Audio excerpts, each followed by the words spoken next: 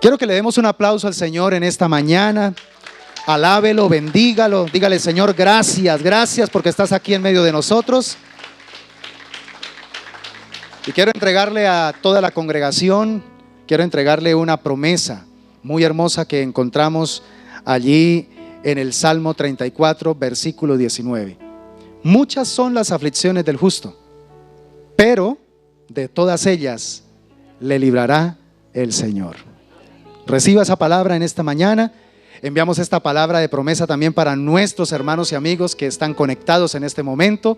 Les saludamos, nos alegramos de poder contar con ustedes y queremos que esta palabra también cumpla el propósito de edificación en sus corazones. Quiero referirme en esta oportunidad, hablando del Dios Trino, que fue la prédica del domingo pasado, referirme ahora al yo soy encarnado. Al yo soy encarnado. Ese es el título que usted puede colocar hoy para si está llevando notas. El yo soy encarnado. Y antes de proseguir, quiero que tomemos nuevamente como referencia Hechos capítulo 2, versículos 32 al 36. La escritura nos dice en la Reina Valera 1960: a este Jesús resucitó Dios, de lo cual todos nosotros somos testigos. Así que, exaltado por la diestra de Dios y habiendo recibido del Padre la promesa del Espíritu Santo, ha derramado esto que vosotros veis y oís. Está hablando del Pentecostés. Porque David no subió a los cielos, pero él mismo dice: dijo el Señor a mi Señor, siéntate a mi diestra, hasta que ponga a tus enemigos por estrado de tus pies. Sepa pues ciertísimamente toda la casa de Israel que a este Jesús, a quien vosotros crucificasteis, Dios le ha hecho Señor y Cristo. El Padre ha constituido a Jesús como Señor, es decir, Kyrios. Yo les expliqué hace 8 días, Kyrios, que es un título de divinidad, y Cristo como el ungido, como el Mesías, como el enviado de Dios para salvar a la humanidad. Tuvimos la oportunidad de hace 8 días entender que tanto el Antiguo Testamento como el cristianismo del Nuevo Testamento manifiestan que definitivamente Dios es uno. Diga conmigo: Dios es uno. Pero también es el cristianismo bíblico el que empezó a dar a conocer con claridad, basado en las Escrituras, el misterio de la pluralidad de Dios, el misterio del ser de Dios como un ser plural. Pero que es, digo nuevamente, misterio, porque la mente humana no logra comprender a plenitud cómo es posible que un Dios, un solo Dios verdadero, se manifieste a través de 3 personas diferentes, ¿sí? Tenemos que entender que la expresión personas referidas a la divinidad son antropomorfismos, es decir, son explicaciones desde el lenguaje humano para tratar de dar una idea no completa, por lo menos somera, de lo que es la personalidad de Dios. Dios es un Dios personal. Y ese Dios se manifiesta a través del Padre, del Hijo y del Espíritu Santo. Mirábamos que muy temprano, desde muy temprano en el cristianismo, el credo atanasiano dio estas declaraciones impresionantes que verdaderamente necesitamos hoy día volver a escudriñar y volver a revisar con profundidad. San Atanasio dijo: la fe universal es esta, que adoramos a un Dios en Trinidad y Trinidad en unidad, ni confundiendo a las personas, ni dividiendo la sustancia. O sea, unión hipostática, misterio que solamente se da en la persona de nuestro Señor Jesucristo. Porque hay una persona del Padre, otra del Hijo y otra del Espíritu Santo. El Padre no es un apelativo del Hijo, ni el Espíritu Santo es una fuerza activa, no. Según las Escrituras, claramente vemos rasgos de personalidad en el Padre, en el Hijo y en el Espíritu Santo. Pero la deidad del Padre del Hijo y del Espíritu Santo son toda una, la gloria igual y la majestad coeterna. Amén. Les explicaba que hoy día, por la iglesia emergente, se está empezando a colocar en duda. Ya no es por los testigos de Jehová o de pronto por los que llamamos Jesús solos, que están atacando la Trinidad. No, ahora lo más terrible es que dentro de la misma iglesia hay una que está emergiendo y que no define sus creencias, no define sus doctrinas, porque quiere agradar al mundo. Entonces está colocando en tela de juicio este misterio, el misterio de la pluralidad de Dios, el misterio de que aunque Dios es uno, se manifiesta a través de tres personas. Pero quiero en esta mañana que nos enfoquemos en el yo soy. Todos sabemos que este nombre divino fue revelado no a Abraham, no a Isaac, no a Jacob, sino ¿a quién? A Moisés. ¿Recuerdan en qué episodio, en qué evento de su vida Dios se revela a Moisés como el yo soy? Cuando tuvo esa visión de la zarza, ¿cierto? Allá en el desierto. Vio que la zarza ardía, pero no se consumía. Y entonces se acerca rápidamente porque dice: voy a mirar esta visión porque esto es extraño, ¿sí? Y cuando se va acercando, escucha una voz que le dice: Moisés, quita tu calzado, porque el terreno que estás pisando santo es. Y en ese momento Moisés tiene miedo de mirar a Dios. Y bueno, en este mismo capítulo, en los versículos 13 al 15, ha evolucionado más la conversación que tiene Dios con Moisés, porque tiene un propósito de llamarlo y enviarlo a rescatar al pueblo de Israel del yugo de la esclavitud egipcia. Y entonces en los versículos 13 al 15, Moisés le dice a Dios, vamos a leer este texto, dice: Moisés le dice a Dios: he aquí que llego yo a los hijos de Israel y les digo: el Dios de vuestros padres me ha enviado a vosotros. Si ellos me preguntaren ¿cuál es su nombre?, ¿qué les responderé? Y respondió Dios a Moisés: yo soy el que soy. Y dijo: así dirás a los hijos de Israel: yo soy, me envió a vosotros. Además dijo Dios a Moisés: así dirás a los hijos de Israel: Jehová, el Dios de vuestros padres, el Dios de Abraham, Dios de Isaac y Dios de Jacob, me ha enviado a vosotros. Este es mi nombre para siempre. Con él se me recordará por todos los siglos. Amén. Este nombre, yo soy, es un nombre innombrable en la cultura hebrea. Solo que en los procesos de traducción bíblica, entonces, una vez que el idioma hebreo deja de ser solo consonántico y empieza también a ser vocálico por el trabajo de los masoretas, entre el año 500 y el año 1000 después de Cristo, al agregársela en vocales al idioma hebreo, entonces se adopta las vocales del nombre Adonai. Y cuando se translitera, en este caso cuando se latiniza el nombre de YHWH, pues aparece entonces como Jehová, pero que sería más acertado en su latinización como Yahvé, ¿sí? Y eso sí tenemos que aceptarlo. Es mejor traducción el nombre Yahvé que Jehová en cuanto a proceso de transliteración. Pero no vamos a enredarnos la pita con esto, sino que, mis hermanos, lo que quiero decirles es que este nombre, prácticamente después de que el Señor lo revela, es uno de los nombres más importantes para el pueblo de Dios. Y le voy a decir la razón principal.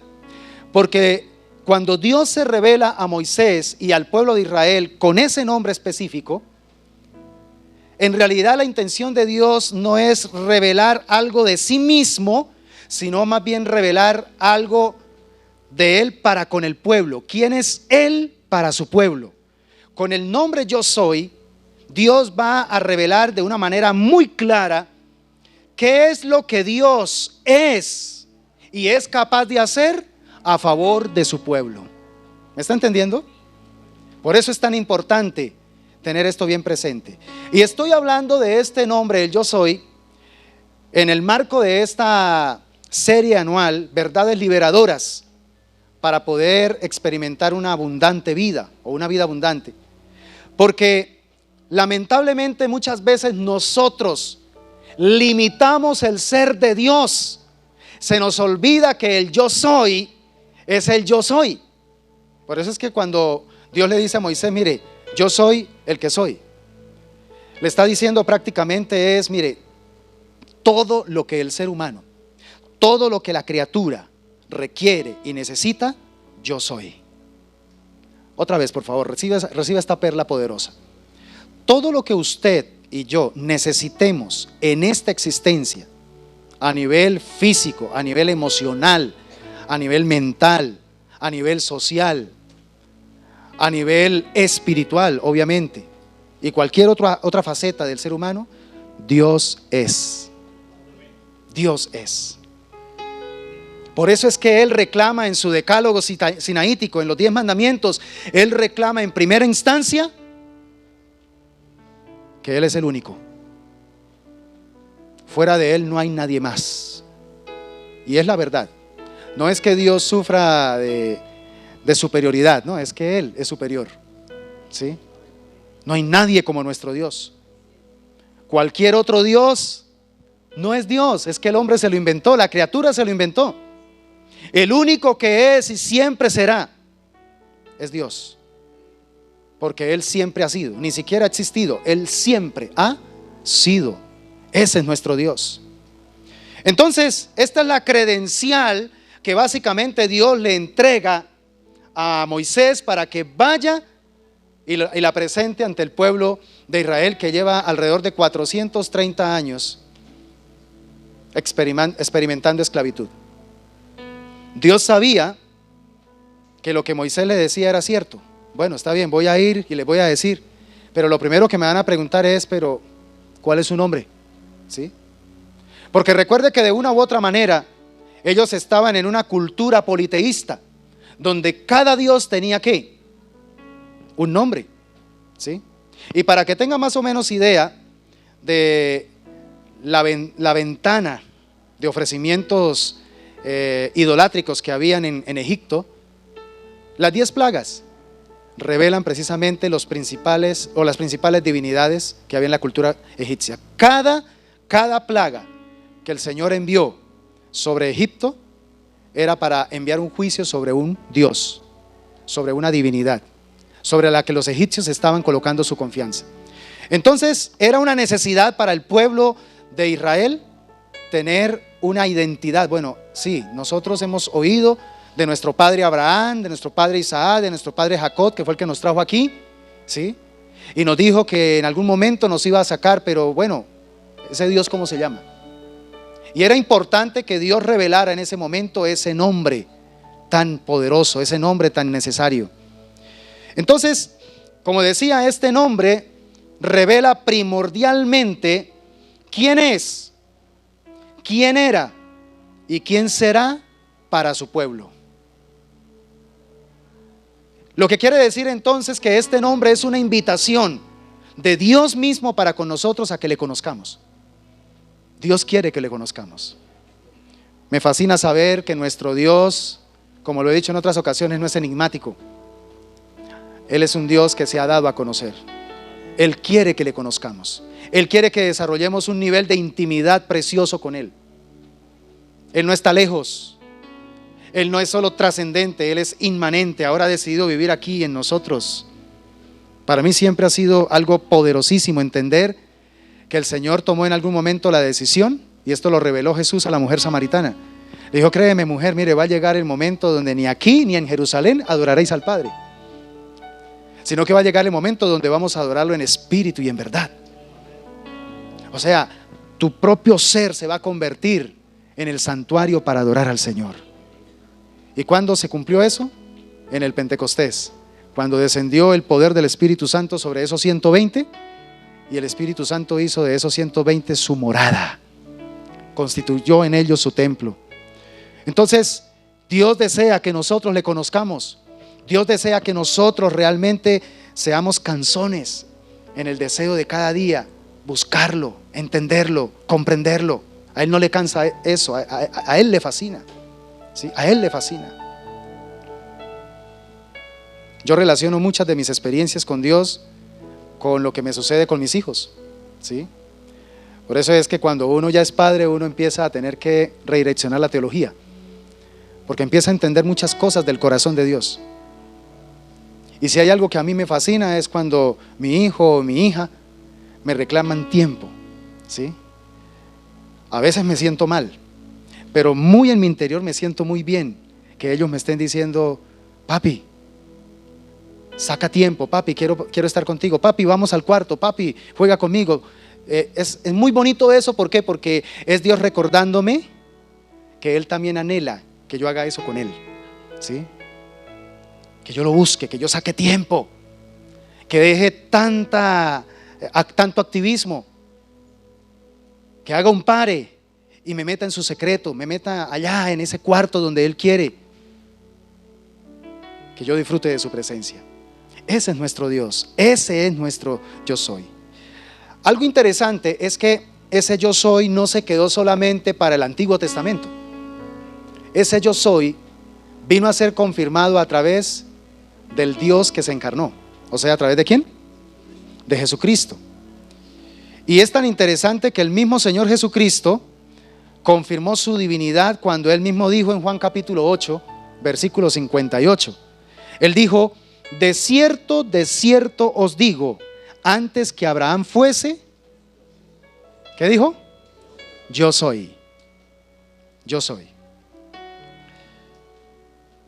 Uno de pronto cuando está comenzando en el Evangelio y lee ese versículo o lee los yo soy, que están especialmente en el Evangelio de Juan, los lee como, no, es una expresión normal. Eso es como cuando uno dice: yo soy deportista, ¿sí?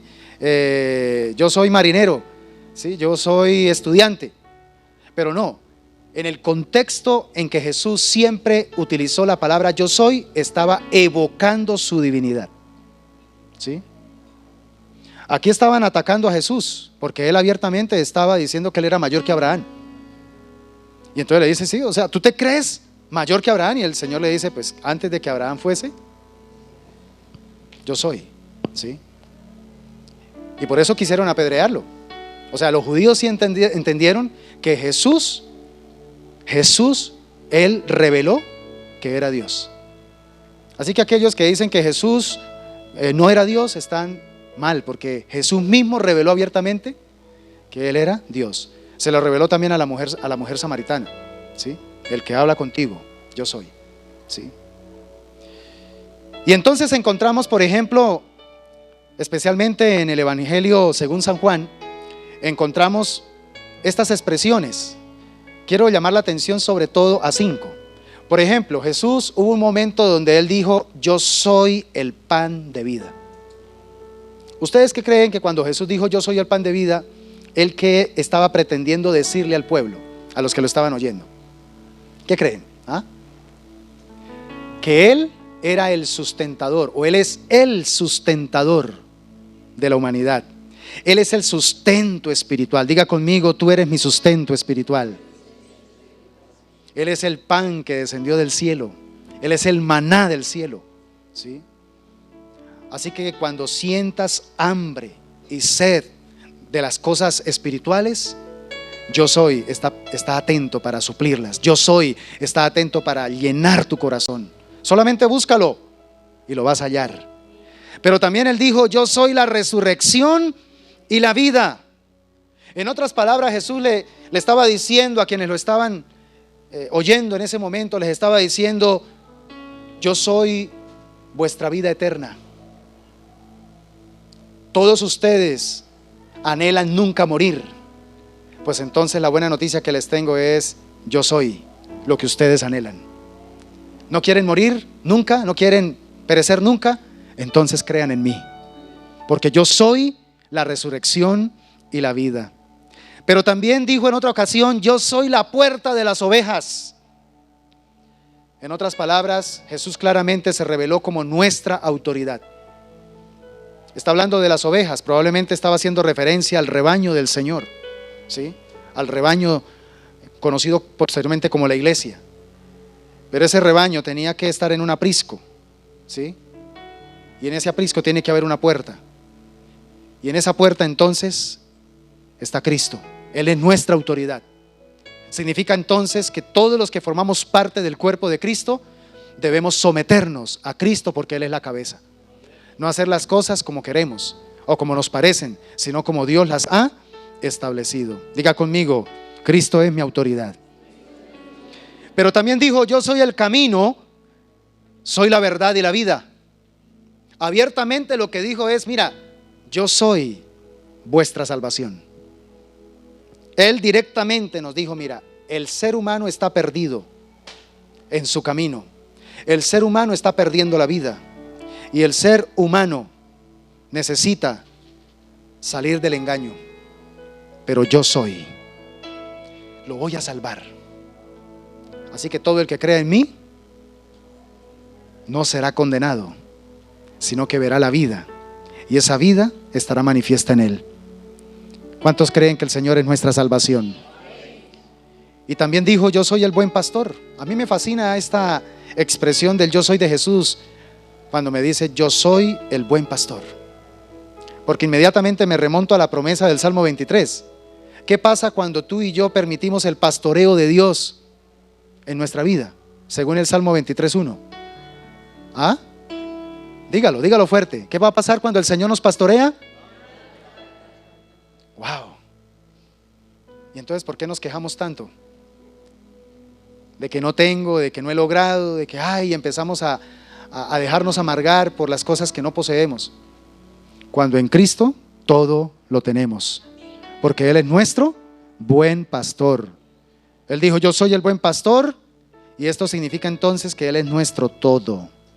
Quiero que levante su mano derecha y con voz de trueno declare conmigo estos yo soy. Diga conmigo, yo soy es mi sustento espiritual. Yo soy es mi vida eterna. Yo soy es mi autoridad. Yo soy es mi Salvador. Y yo soy es mi todo. Aplauda la grandeza del Señor. Aleluya.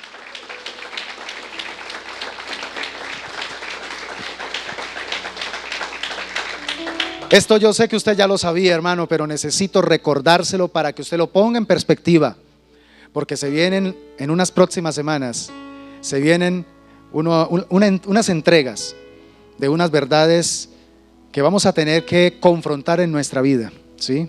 Vamos a tener, yo les dije a ustedes, primeramente hay una parte teórica, ¿sí? Pero que es fundamental comprenderla en cuanto a esta serie. A partir del segundo semestre, hermano, vamos a entrar en un terreno bastante álgido, en un terreno donde los demonios se van a poner bien enojosos, ¿sí? Y yo ya he tenido experiencias hablando de estos temas, ¿sí? Cuando toco estos temas, inmediatamente el demonio se levanta y dice, no, esto no me gusta.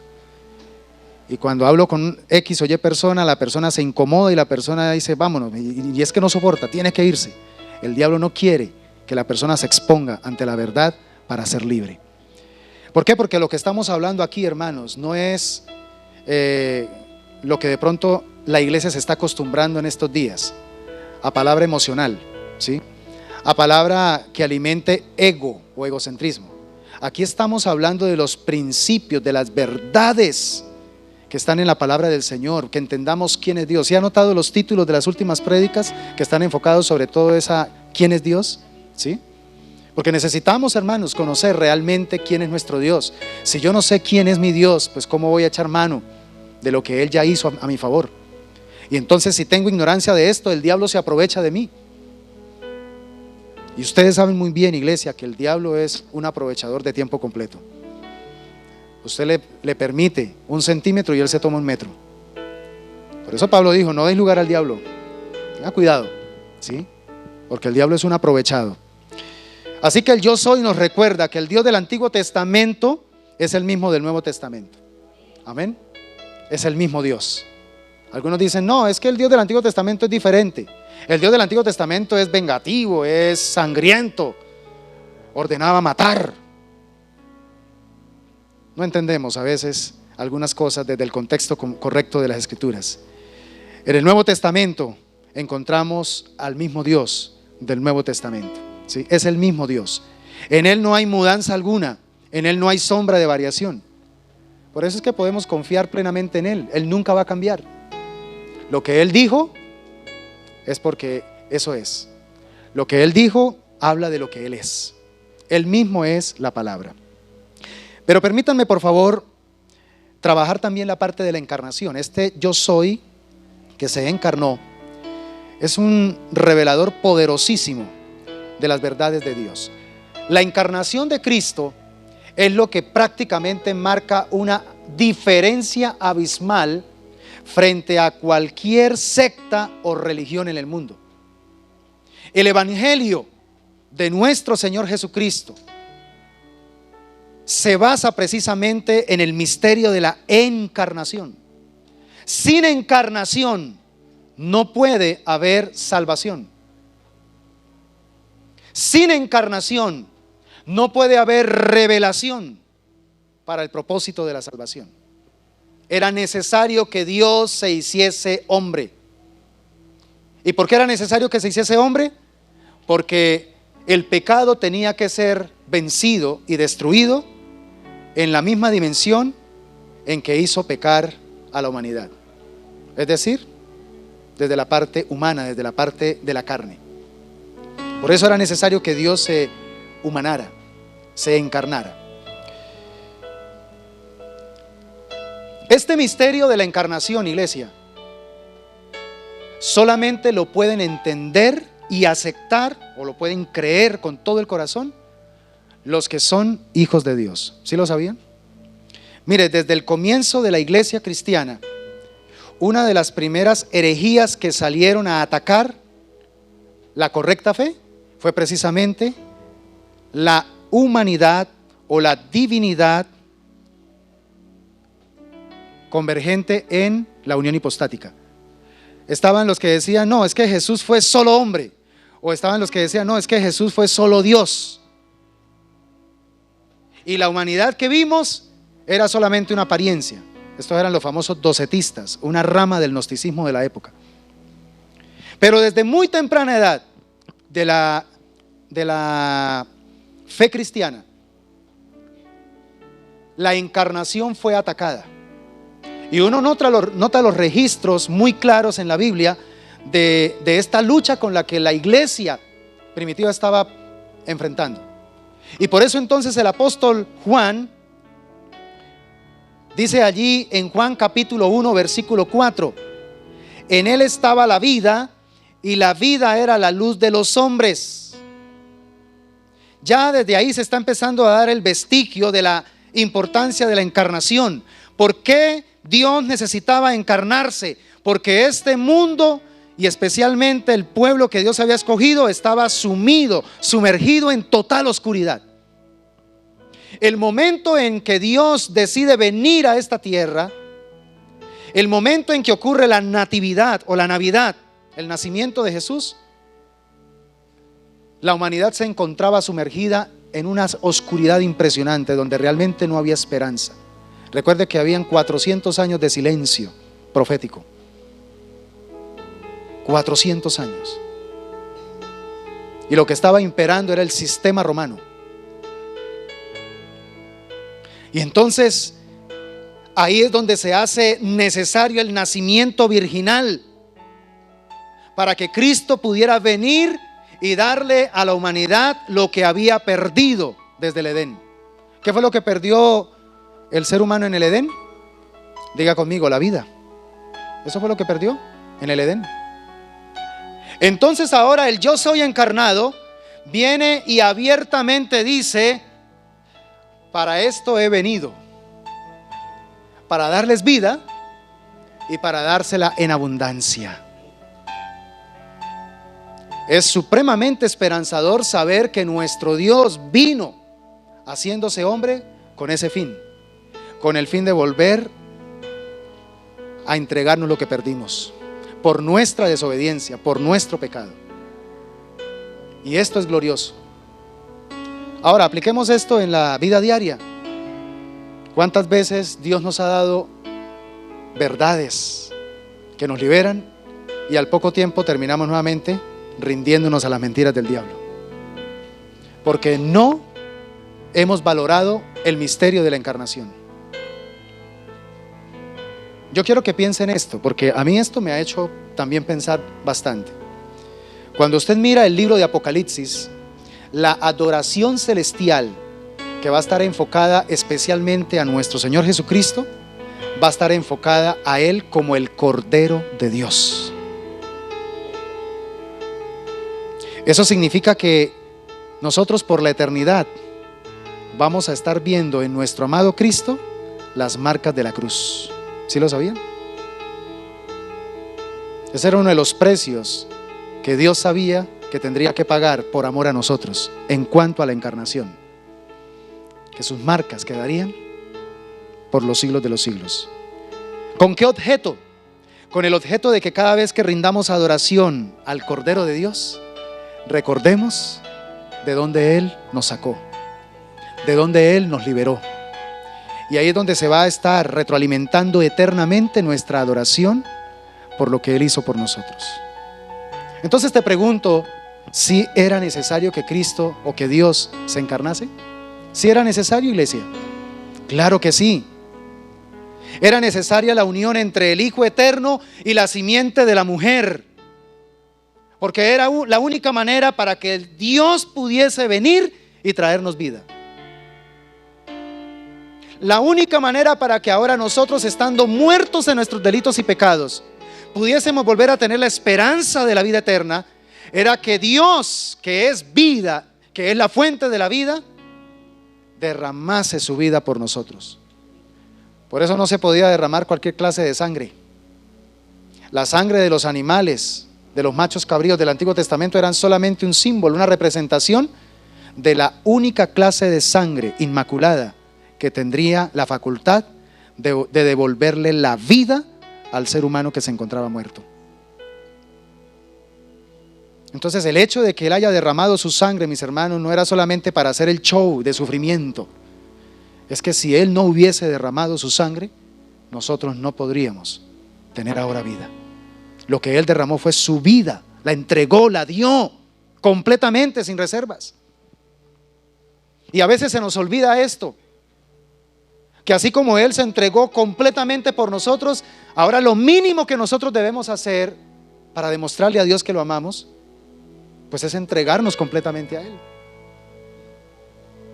Cuando vivimos un cristianismo tibio, un cristianismo donde unas cositas sí las acepto y las obedezco, pero otras cosas sí no, porque es que no me parecen, porque es que según mi interpretación eso no es así, y nuestra obediencia empieza entonces a estar fraccionada, eso deshonra la entrega sin reservas que hizo Dios por nosotros. Jesús no solamente vino a darnos vida, Él mismo es nuestra vida. ¿Usted lo cree? Mire lo que dice Colosenses capítulo 3 versículo 4. Cuando Cristo vuestra vida se manifieste, entonces vosotros también seréis manifestados con Él en gloria. ¿Sabe por qué vamos a tener el privilegio un día de poder ver cara a cara a nuestro Salvador? Y en ese momento experimentaremos la perfección de nuestro cuerpo glorificado. La imagen de Cristo va a ser al 100% restaurada en nosotros, porque Cristo es nuestra vida. Cristo es nuestra vida. Se sobreentiende que ahora, si somos verdaderos cristianos, la vida que tenemos ya no es nuestra. Sí, ya no es nuestra. Por eso es que a mí me parece tan delicado, hermano, y voy a hacer aquí un paréntesis, pero voy a pensar en voz alta. Me parece tan delicado escuchar cristianos hoy día que están aceptando el aborto, que están aceptando la eutanasia, ¿sí? Y que entonces están pretendiendo demostrar que es que los argumentos que hay ahora, como si a Dios se le hubiera olvidado, ¿no? Los argumentos que hay ahora sí justifican, por la realidad que está viviendo el ser humano en esta época, sí se justifica el aborto. la eutanasia. Entonces estamos en esa situación en la que estamos diciéndole a Dios que eso que Él dijo fue bueno en su momento y aportó en su momento, pero ya para este tiempo tan civilizado y tan avanzado, quedó corto el mandato de Dios. No, hermanos, Cristo es nuestra vida. La vida que tú y yo tenemos aquí, ahora no es nuestra. Si nosotros no hubiese sido por el Señor Jesucristo, estaríamos todavía muertos en nuestros delitos y pecados. Mire, afuera hay una cantidad de gente que en estos momentos, realmente, aunque está caminando por las calles, está muerta.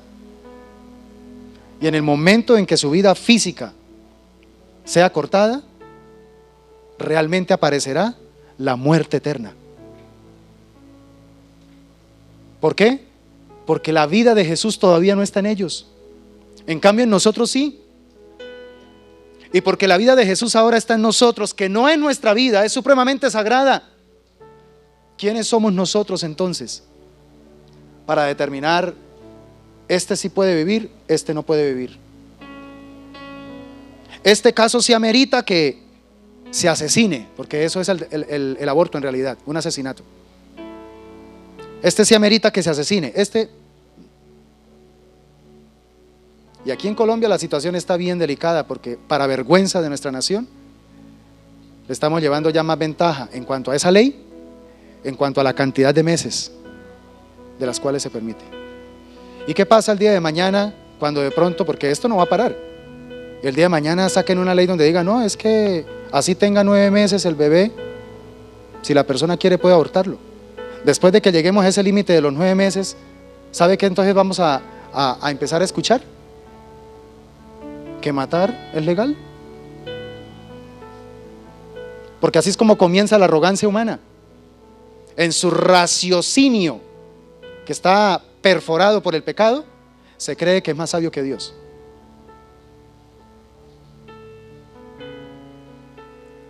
Por eso es que la encarnación debe empezar a colocarnos a pensar más en serio, mis hermanos. Más en serio. Y usted y yo conocemos casos muy claros en la historia de que gracias a una mamá, a pesar de que los mismos médicos, a pesar de que las mismas circunstancias le decían, no, es que su hijo definitivamente va a ser una carga para su vida porque viene enfermo, viene mal, viene deformado. Y esta madre decidió guardar su corazón y entender que ella no tenía poder sobre la vida de ese ser. Permitió que viniese y, oh sorpresa, tremendo instrumento para bendecir la tierra, para bendecir a sus generaciones. Porque es que, hermanos, nosotros no somos, a nosotros no nos corresponde tomar partido con respecto a la vida, porque la vida es solamente de Dios, nos guste o no nos guste. Y a mí se me pueden acercar y darme todas las explicaciones legales, científicas y ideológicas, pero yo la tengo clara. ¿Sabe por qué? Porque es lo que dijo Dios. Y perdónenme que sea así de directo, hermanos, pero a mí lo único que me importa es lo que Dios dice. A mí no me importa lo que el hombre diga, y menos en este tiempo, donde abiertamente ya lo que está pretendiendo gobernar es el pecado, ¿sí?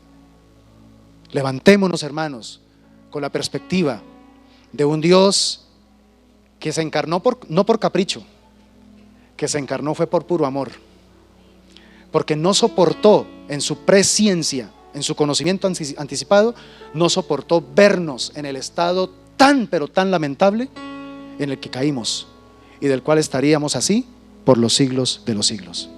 Por la encarnación es que ahora nosotros tenemos el privilegio de volver a tener vida. Y como ahora esa vida es una vida abundante, tenemos una responsabilidad, y es proclamémosla a otros. No nos quedemos callados. Amén. ¿Estamos de acuerdo, iglesia? Yo culmino diciéndote que el Dios Trino se ha manifestado como el que no cambia tanto en el Antiguo como en el Nuevo Testamento. El Dios Trino es el yo soy, el mismo ayer, hoy y por los siglos. Su obra creadora, su obra salvadora han demostrado con total claridad que en su esencia Dios es plural. Pero escúchame esto, a pesar de que es plural, es perfecto en unidad. Amén. Es perfecto en unidad. Esta pluralidad de Dios es un misterio hasta para el mismo idioma hebreo. Elohim, cuando se busca el significado de la palabra Elohim en hebreo, es una palabra plural, no existe en singular. Habla de dioses, ¿sí? Eso es un misterio. Elohim en realidad lo que significa es dioses, pero en la mentalidad revelada para el pueblo de Dios, esos dioses, ¿sí?, no están vistos como politeísmo, sino como uno que ha decidido manifestar tres personas para funcionar en el plan de la creación y funcionar también en el plan de la salvación. Así que, mis hermanos, la encarnación es una de las doctrinas más importantes para nuestra fe cristiana. ¿Saben para qué? Para restaurar aquellas cosas que el primer Adán perdió. Por la encarnación, bendito sea su nombre, es que podemos volver a disfrutar de la restauración, de la reconciliación, de la regeneración. Ahora somos nuevas criaturas. Ahora tenemos novedad de vida. Ahora en el Señor disfrutamos de lo que el enemigo pensó quitarnos para siempre. Eso fue lo que hizo nuestro amado Cristo. Por eso es que Él se convirtió en nuestro propiciatorio, o Él es nuestra propiciación. Él hizo posible aquello que era imposible. ¿Saben qué era imposible? Nuestra redención. Nuestra redención. Pero Cristo la hizo posible. ¿A través de qué? De la encarnación. Por eso lo adoramos eternamente y para siempre. ¿Cuántos adoran al Señor? Levante su mano derecha en esta mañana y diga: Señor, te adoro eternamente y para siempre. Observar el misterio de la Trinidad es contemplar su grandeza. Es contemplar su amor para con nosotros. Y yo quiero que nos unamos en esta mañana. Unámonos al canto del gran apóstol Pablo, cuando él exalta precisamente este misterio, el misterio de la pluralidad de Dios en su esencia, pero también de la unidad perfecta en su propósito. Romanos 11, 33 al 37. Quiero que lo leamos todos unidos, porque realmente es glorioso lo que el Espíritu Santo revela allí a través del apóstol Pablo. Romanos 11, 33 al 37. A la voz de tres vamos a leerlo con voz fuerte. Diga conmigo: 1, 2, 3. Oh profundidad de las riquezas, de la sabiduría y de la ciencia de Dios. Cuán insondables son sus juicios e inescrutables sus caminos.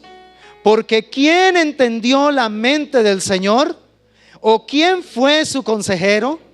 ¿O quién le dio a él primero para que le fuese recompensado? Porque de él y por él y para él son todas las cosas. A él sea la gloria por los siglos. Amén. Aleluya. Aleluya. Cierra tus ojos, por favor, y no dejes perder este sentido de asombro, el mismo que experimentó Moisés frente a la zarza ardiente. El yo soy le permitió a Moisés dimensionar que estaba nada más ni nada menos frente al que tiene el poder de obrar todo lo que necesita el ser humano. Hoy quiero que te vayas de este lugar, iglesia, teniendo esta perspectiva. El yo soy encarnado es el Dios que sabe de qué cosas hay necesidad en ti, qué cosas necesitas. Dios no es ajeno a tus padecimientos, Dios no es ajeno a tu dolor, Dios no es indiferente a tus problemas, a tus luchas, a tus batallas.